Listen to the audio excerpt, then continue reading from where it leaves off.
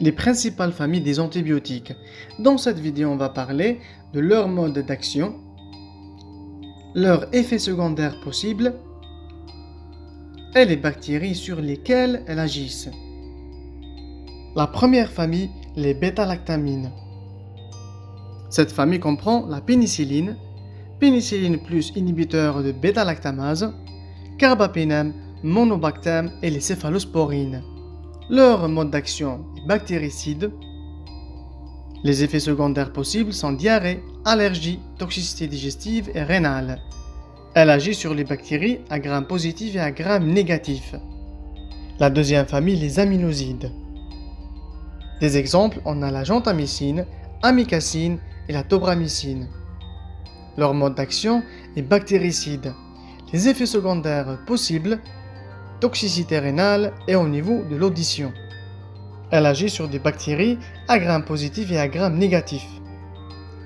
La troisième famille, les macrolides. Des exemples, on a l'érythromycine, l'azithromycine et la clarithromycine. Leur mode d'action est bactériostatique. Les effets secondaires possibles avec cette famille, on a allergie, toxicité hépatique, troubles digestifs. Elle agit sur les bactéries à gram positif. La quatrième famille, on a les lyncosamides.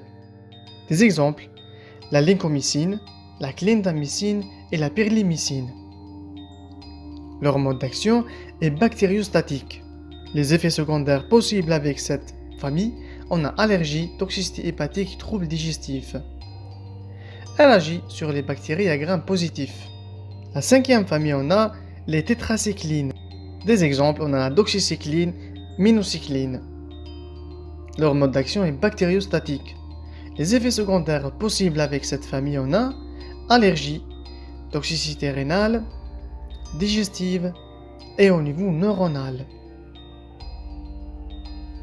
Elle est indiquée contre les infections bactériennes à gram positif, gram négatif et anaérobie, mais aussi contre certains autres micro-organismes comme chlamydia, mycoplasma et rickettsia.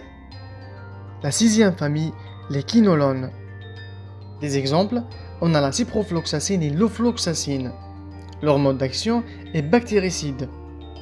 Les effets secondaires possibles avec cette famille, réaction allergique, toxicité auditive et tendinite.